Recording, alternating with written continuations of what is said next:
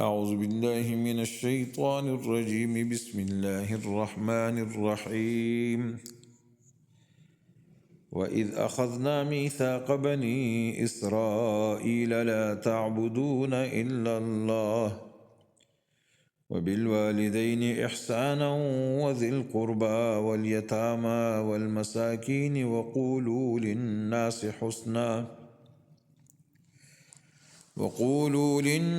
حسنا وأقيموا الصلاة وآتوا الزكاة ثم توليتم إلا قليلا منكم وأنتم معرضون وإذ أخذنا ميثاقكم لا تسفكون دماءكم ولا تخرجون أنفسكم من دياركم ثم أقررتم وأنتم تشهدون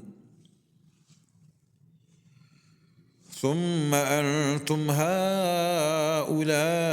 تقتلون أنفسكم وتخرجون فريقا منكم من ديارهم تظاهرون عليهم بالإثم والعدوان وإن يأتوكم أسارى تفادوهم وهو محرم عليكم إخراجهم أفتؤمنون ببعض الكتاب وتكفرون ببعض فما جزاء من يفعل ذلك منكم إلا خزي في الحياة الدنيا ويوم القيامة يردون إلى أشد العذاب وما الله بغافل عما تعملون أولئك الذين اشتروا الحياة الدنيا بالآخرة فلا يخفف عنهم العذاب ولا هم ينصرون۔ آیات مذکورہ میں بنی اسرائیل سے جو عہد لیا گیا تھا اس کا ذکر ہے، اور اس کے بعد بنی اسرائیل کی طرف سے عہد شکنی کا ذکر ہے۔ بنی اسرائیل سے تورات میں قول اور قرار لیا گیا تھا کہ صرف اللہ کی عبادت کرنا اور کسی کی عبادت نہ کرنا، وبالوالدین احسانا، والدین کے ساتھ، ماں باپ کے ساتھ اچھی طرح گزران کرنا، احسان کرنا، حسن سلوک کرنا، وذی القربہ، اور رشتہ داروں کے ساتھ حسن سلوک، والیتامہ، یتیموں کے ساتھ، والمساکین، محتاجوں کے ساتھ، غریب محتاج، ان کے ساتھ احسان کرنا ہے۔ وقولوا للناس حسنا، اور یہ بھی عہد لیا گیا تھا کہ جب کوئی بات کہنا ہو لوگوں سے تو اچھی طرح خوش اخلاقی سے بات کہنا۔ وَأَقِيمُوا الصَّلَاةَ وَآتُوا الزَّكَاةَ، نماز قائم کرنا اور زکوٰۃ دیتے رہنا۔ ثُمَّ تَوَلَّيْتُمْ، پھر تم اس قول قرار کر کے اس کے بعد پھر گئے، إِلَّا قَلِيلًا مِّنْكُمْ، مگر چند تم میں سے وہ اس عہد پر قائم رہیں۔ وَأَنْتُمْ مُعْرِضُونَ، اور تم ہی ہو اعراض کرنے والے۔ إِلَّا قَلِيلًا مِّنْكُمْ، معدود چند لوگ جو تورات کے پورے پابند رہے، تو فرمائے کہ ان لوگوں نے عہد کو پورا کیا اور تم لوگوں نے، اکثریت نے اعراض کیا۔ تو یہ معدود لوگ وہ تھے کہ تورات کے منسوخ ہونے سے قبل شریعت موسویہ کی پابند رہے۔ جب تورات منسوخ ہو گئی تو شریعت محمدیہ کے متبع ہو گئے، اور اس سے ایسی بھی معلوم ہوا کہ احکام اسلام اور سابقہ شریعتوں میں مشترک ہے، جن میں توحید، والدین، رشتہ داروں، یتیموں، مسکینوں کی خدمت، تمام انسانوں کے ساتھ گفتگو میں نرمی، خوش اخلاقی، نماز، زکوٰۃ، یہ سب داخل ہیں۔ وقولوا للناس حسنا، فرمائے کہ لوگوں سے بہتر طریقے سے کلام کرنا۔ حاصل یہ ہے کہ جب لوگوں سے خطاب کرے تو بات نرم کرے، خوشادہ دلی سے بات کرے، چنانچہ مخاطب نیک ہو یا بد، سنی ہو بدعتی ہو، یا دین کے معاملہ میں مداہنت اور اس کی خاطر سے حق پوشی نہ کرے۔ تو وجہ ہے کہ حق تعالیٰ نے موسیٰ اور ہارون علیہ السلام کو فرعون کی طرف بھیجا تو ہدایت نامہ کر دیا، قولا لینا فقولا لہ قولا لینا، کہ ان سے بات کرے تو نرمی کے ساتھ بات کریں۔ تو طلحہ ابن عمر کہتے ہیں کہ میں نے امام تفسیر عطا رحمۃ اللہ علیہ سے کہا کہ آپ کے پاس فاسد عقیدے والے لوگ بھی جمع رہتے ہیں، مگر میرے مزاج میں تیزی ہے، میرے پاس ایسے لوگ آتے ہیں جو میں ان کو سخت باتیں کہہ دیتا ہوں۔ حضرت عطا رحمۃ اللہ علیہ نے فرمایا کہ ایسا نہ کیا کرو، کیونکہ حق تعالیٰ کا حکم ہے کہ قولوا للناس حسنا، اس میں تمام لوگ شامل ہیں، چاہے یہودی ہے، نصرانی ہے، مسلمان ہے، کیسے ہی ہو، سب اس میں داخل ہے۔ تو یہ بنی اسرائیل سے ایک یہ عہد لیا گیا تھا۔ دوسرے عہد لیا گیا تھا وَإِذْ أَخَذْنَا مِيثَاقَكُمْ، اس میں یہ بھی تھا، فرمایا کہ جب ہم نے تم سے قول اور قرار لیا، لا تسفکون دماءکم، کہ خانہ جنگی کر کے باہم خون ریزی مت کرنا، ولا تخرجون انفسکم من دیارکم، ایک دوسرے کو ترک وطن مت کرانا، ایک دوسرے کو ہجرت پر مجبور نہ کرنا، اپنے وطن سے نہ نکالنا، ثم اقررتم، پھر ہمارے سے اقرار لینے پر تم نے اقرار بھی کر لیا، اور اقرار بھی ضمناً نہیں بلکہ ایسا جیسے تم اس پر شہادت بھی دیتے ہو، وانتم تشہدون، تم اس اقرار کے گواہ بھی ہو۔ تو ترک وطن کرانے کا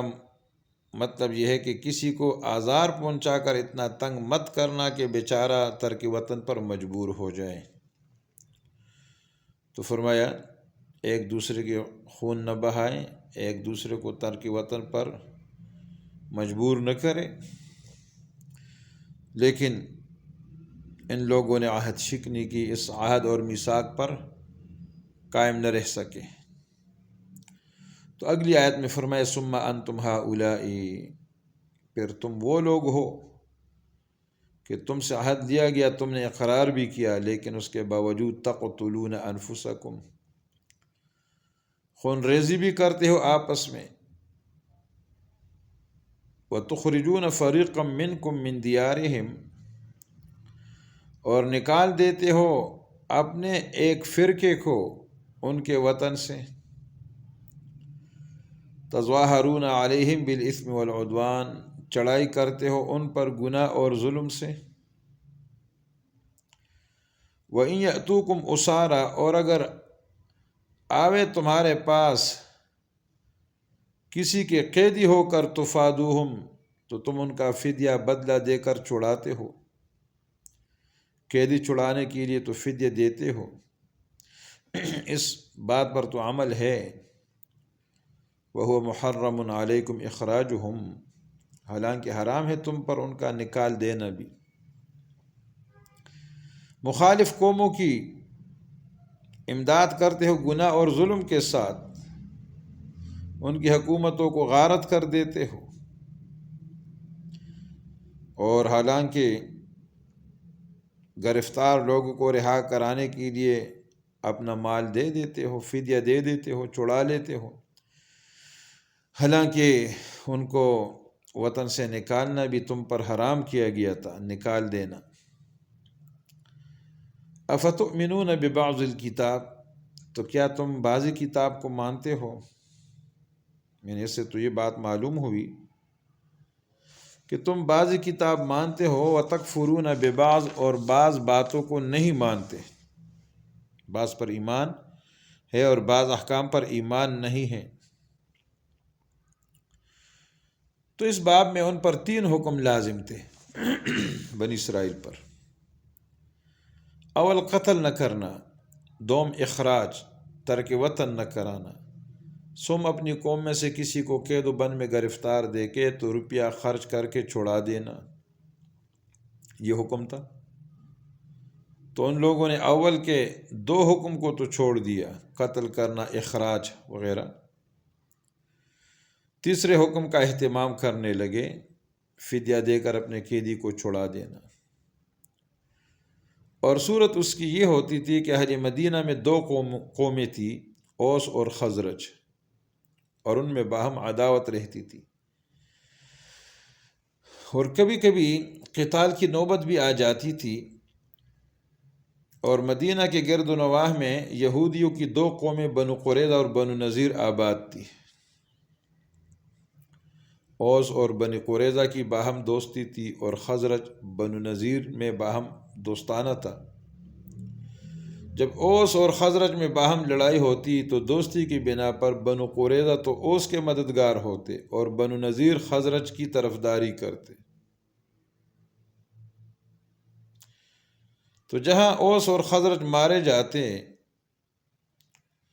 اور ان کے دوست اور حامیوں کو بھی یہ مصیبت پیش آتی، تو ظاہر ہے کہ بنو قریظہ کے قتل اور اخراج میں بنو نذیر کا بھی ہاتھ ہوتا، اور ایسا ہی بالعکس بھی ہوتا تھا۔ البتہ یہود کی دونوں جماعتوں میں سے اگر کوئی جنگ میں قید ہو جاتا تو ہر جماعت اپنے دوستوں کو مال پر راضی کر کے اس قیدی کو رہائی دلا دیتے، اور کوئی پوچھتا کہ ایسا کیوں کرتے ہو تو اس کے جواب میں کہتے تھے کہ اسیر کو رہا کرا دینا ہم پر واجب ہے۔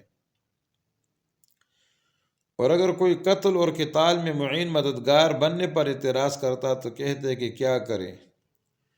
دوستوں کا ساتھ نہ دینے سے عار آتی ہے۔ تو اس آیت میں اللہ تعالیٰ نے اس کی شکایت فرمائی اور ان کی حیلہ سازیوں کا پردہ چاک فرمایا ہے۔ تو فرمایا